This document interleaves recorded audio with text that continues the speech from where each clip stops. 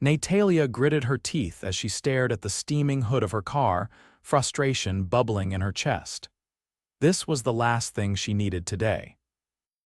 She was already late for her job interview, an opportunity she desperately needed. And now, stranded on an empty road just outside the city, her chances were slipping away. She pulled out her phone, but of course, there was no signal. With an exasperated sigh, she kicked the tire lightly, as if that would somehow bring the car back to life. "Need some help?" She turned sharply at the deep, confident voice behind her. A man stood there, wiping his hands with a rag, his dark green eyes sharp yet amused. He was tall, broad-shouldered, with tousled dark hair that looked like he'd been running his fingers through it all day. His tattered gray t-shirt and worn jeans were smudged with grease, making him look like he had just stepped out of a repair shop. "Yes, actually," Natalia exhaled. "My car just died and I have no idea what's wrong. Do you know anything about engines?" The man tilted his head, suppressing a grin. "A little. Would you mind taking a look?" she asked, hopeful. He nodded and stepped forward, rolling up his sleeves before peering under the hood. "I'm Nathan, by the way." "Natalia," she replied, watching as he leaned over the car, his strong hands moving with practiced ease. He looked like he belonged there, like fixing things came naturally to him. A few minutes passed in silence as Nathan inspected the engine. He stood back, wiping his hands on his jeans. "Your battery's dead. You'll need a jump, but even then, I don't think you're making it far. Alternator's on its last breath." Natalia groaned. "Perfect." "Just perfect." Nathan studied her for a moment. "Where were you headed?" She hesitated, reluctant to admit the truth. "An interview, a job I really need." His gaze softened. "Where's it at?" "Downtown." He glanced at his watch. "You won't make it in time on foot. I can give you a ride." Natalia blinked. "You do that?" Nathan shrugged. "You look like you could use the help." She hesitated for only a second before nodding. "Thank you. I really appreciate it." They climbed into his truck, an older model, but clean and well-maintained. The interior smelled like leather and something else she couldn't quite place. "So what's the job?" Nathan asked as he drove. "Marketing assistant," she said, smoothing down her skirt. "I've been applying everywhere, but no luck. This one's important." He nodded. "You'll get it," she huffed a laugh. "You sound confident." "I am," he glanced at her. "You seem smart, determined. People like that make things happen." His words sent a strange warmth through her chest. She barely knew him, yet something about his presence felt steady, reliable. By the time they reached the towering office building, Natalia was already reaching for the door handle when Nathan spoke.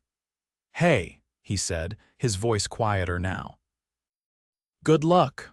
She turned back and found his gaze intense, unwavering. "Thanks, Nathan." "Really?" With one last grateful smile, she hurried inside, not realizing that the man who had just saved her day wasn't a mechanic at all but a millionaire whose name sat at the top of the very company she was about to interview for. Nathan watched her disappear into the building, rubbing his jaw. He hadn't planned on helping anyone today, much less meeting a woman who looked at him like he was just some guy with grease-stained hands. He had kept his identity hidden without even meaning to. And for the first time in a long time, he didn't mind at all. Natalia sat stiffly across from the hiring manager, forcing herself to focus. The office was sleek, with floor-to-ceiling windows that overlooked the city skyline, but her mind was still back in that truck, replaying the unexpected kindness from a stranger. She pushed the thought aside. This was her moment. The woman behind the desk, Miss Calloway, gave her a measured look. "Your resume is strong, but I have to ask what sets you apart from the other candidates." Natalia straightened, her voice steady. "I don't just want this job, I need it. I'm driven and I know how to adapt. I've worked hard for every opportunity I've had and I don't take anything for granted. If given the chance, I won't just do the job, I'll excel at it." "Miss Calloway studied her for a moment before nodding. "We'll be in touch." As Natalia left the office, tension coiled in her stomach. She wasn't sure if she had done enough, but at least she had tried. Stepping outside, she realized she had no way home.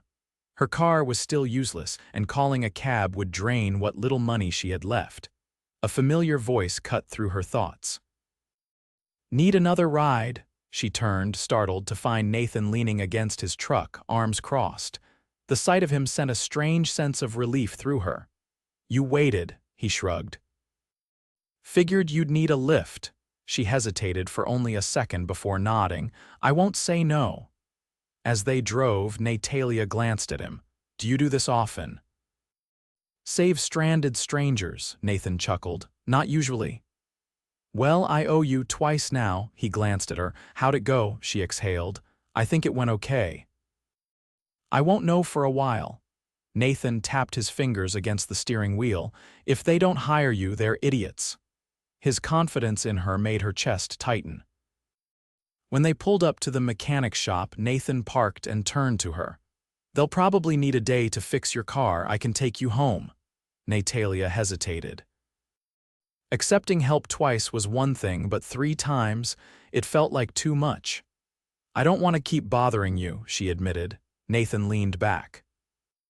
"You're not." Something in his tone made her believe him. She gave him her address, and as they drove, the air between them felt comfortable. "Do you work at the shop?" she asked, glancing at his grease-streaked hands. Nathan hesitated before replying, "Not exactly. I just know my way around cars." That answer left more questions than it answered, but she didn't press. When they reached her apartment, she turned to him. "Thank you again." He nodded. "Anytime." As she stepped out, she had the distinct feeling that she hadn't seen the last of him. What she didn't know was that her life was about to change in ways she never expected, starting with the phone call she would receive the next morning. Natalia's phone rang early the next morning, jolting her awake. She scrambled to answer, her pulse racing. "We'd like to formally offer you the marketing assistant position, miss." Calloway's voice came through the line. "If you're still interested." Relief flooded her. "Yes, absolutely." "Great, you'll start Monday. Be ready to meet Nathaniel Carter, the CEO. He takes a personal interest in new hires." The name barely registered past her excitement. She thanked Miss Calloway before hanging up, already planning how she'd prepare. This job meant stability, a fresh start. By Monday morning, Natalia stood outside Carter Enterprises, dressed in her best outfit, nerves fluttering in her stomach. The lobby was all polished marble and sleek glass, a world apart from anything she was used to. She checked in with the receptionist and was led to a conference room where several new hires were gathered. A hush fell over the group as footsteps echoed down the hall. Then, the door opened. Natalia's breath caught. Nathan stood there, but he wasn't in grease-stained clothes. He wore a tailored navy suit, his dark hair neatly styled. His presence was commanding, the easygoing mechanic completely replaced by someone far more formidable. He wasn't just anyone. He was Nathaniel Carter, the CEO. Nathan's gaze flickered over the room, then landed on her.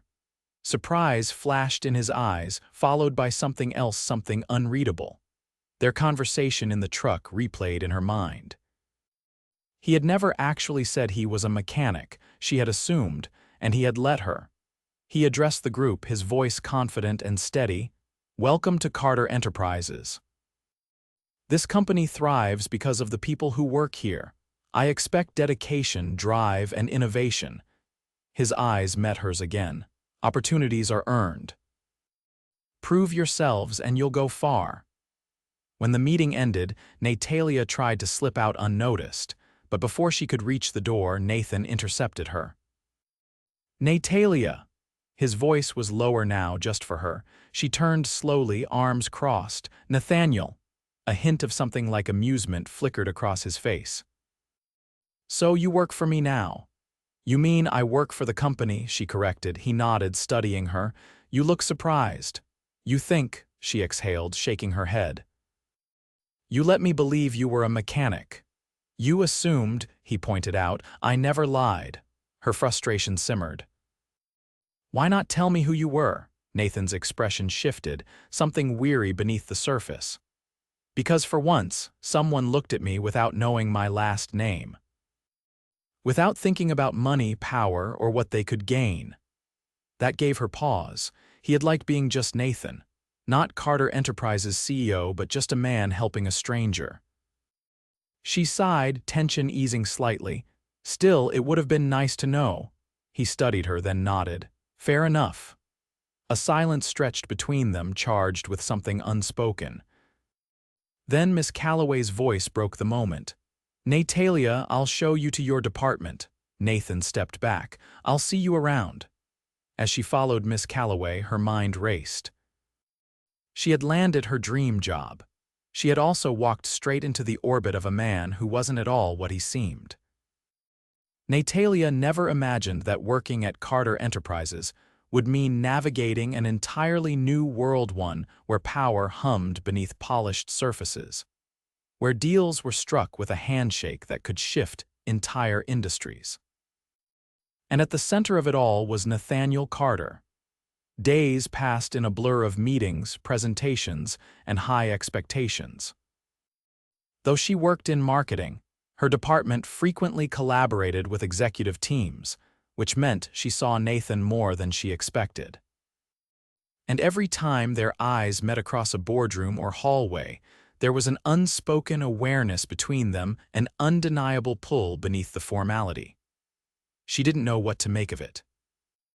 Then, late one evening, she was packing up her things when a deep voice interrupted her thoughts. You're still here. She turned to find Nathan standing in the doorway of her office. Unlike earlier, when he had been surrounded by executives and staff, he looked more relaxed now, his tie loosened, the sleeves of his crisp white shirt rolled up. I had some reports to finish, she said, trying to keep her voice even. Didn't realize how late it was. Nathan leaned against the doorframe, studying her. You're dedicated, that's good. But you don't have to prove anything to anyone, she lifted a brow. Isn't that the point of this job, to prove myself? A flicker of something passed through his expression. You already did. The moment you walked in. The way he said it made something tighten in her chest. She should have left then, should have packed up and walked out, but instead she found herself saying, Why did you help me that day? Nathan didn't answer immediately. He stepped into the room, his gaze never leaving hers. Because you looked like you needed it, and I wanted to. Her heartbeat stuttered. He took another step closer, the office suddenly feeling much smaller. I didn't expect to meet someone who didn't care about my name, who talked to me like I was just. He exhaled, shaking his head. You don't look at me the way everyone else does. How does everyone else look at you? She asked softly. Like I'm an opportunity, a name. A number in their bank accounts. His jaw tightened. You didn't. A silence stretched between them, charged and heavy. She knew what was happening between them, had known for days, even if neither of them had spoken it aloud. This isn't a good idea, she whispered.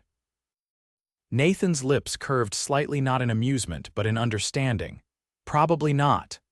And yet neither of them moved. A single moment stretched into something deeper, something inevitable. Then, as if making a decision, Nathan took a step back. Let me take you home. It wasn't a question. Natalia hesitated for only a second before nodding. The ride was quiet, but not uncomfortable. The city lights flickered past as they drove, the hum of the engine the only sound between them. When they reached her apartment, she turned to him. Thank you, Nathan's gaze held hers. Anytime. For a moment, it seemed like he might say more, but instead, he reached for something in his coat pocket and handed it to her. It was a set of car keys, her brows furrowed. What is this? A replacement, he said simply, for the one that failed you, her breath caught. Nathan, before you argue, he interrupted, consider it a loan, until you can get back on your feet. Her fingers curled around the keys. It was too much, too generous. But when she looked at him, she saw no expectation, no strings attached. Just a man who wanted to take care of her, and that terrified her more than anything. Because she knew, deep down, that she was already falling. Natalia ran her fingers over the sleek leather steering wheel of the car Nathan had given her, still grappling with the enormity of it. The vehicle was understated but undeniably luxurious, far beyond anything she could have afforded. She had insisted she would pay him back, but the weight of his generosity sat heavily in her chest. At work, she threw herself into her tasks, determined to prove that she was more than just someone Nathan had helped on the side of the road. But no matter how many reports she completed or presentations she perfected, she couldn't shake the awareness that followed her the way Nathan's presence seemed to shift the air in every room, how his gaze lingered just a second too long when their paths crossed. It all came to a head during a high-profile event Carter Enterprises was hosting for potential investors.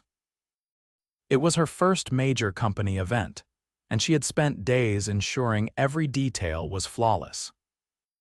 The ballroom of the five-star hotel gleamed with golden chandeliers, and servers moved between elegantly dressed guests with trays of champagne. Natalia was reviewing final details when she felt a presence behind her.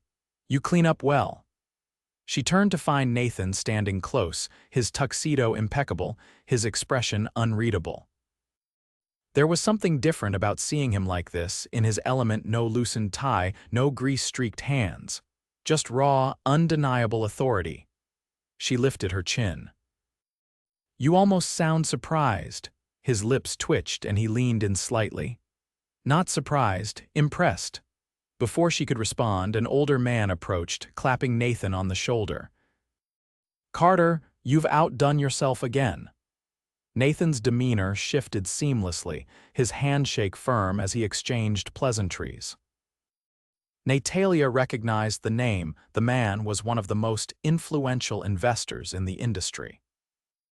As the conversation continued, she felt an odd sense of detachment, like she was watching Nathan from a distance rather than standing beside him. This was his world, one of power and prestige, where fortunes were made over whispered deals and knowing glances. When the investor turned his attention to her, his gaze assessing, she straightened. "And you are?" "Natalia Donovan," she said, offering her hand. "Marketing department." Nathan's expression remained neutral, but something flickered in his eyes as she introduced herself without any mention of him. The investor nodded approvingly. "Sharp."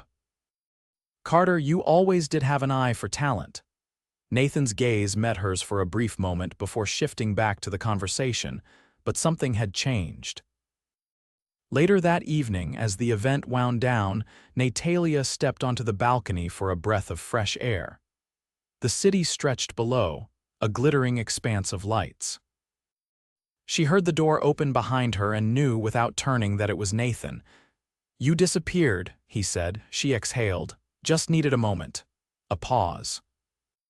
"Then you handled yourself well tonight," she glanced at him. "Did you expect me not to?"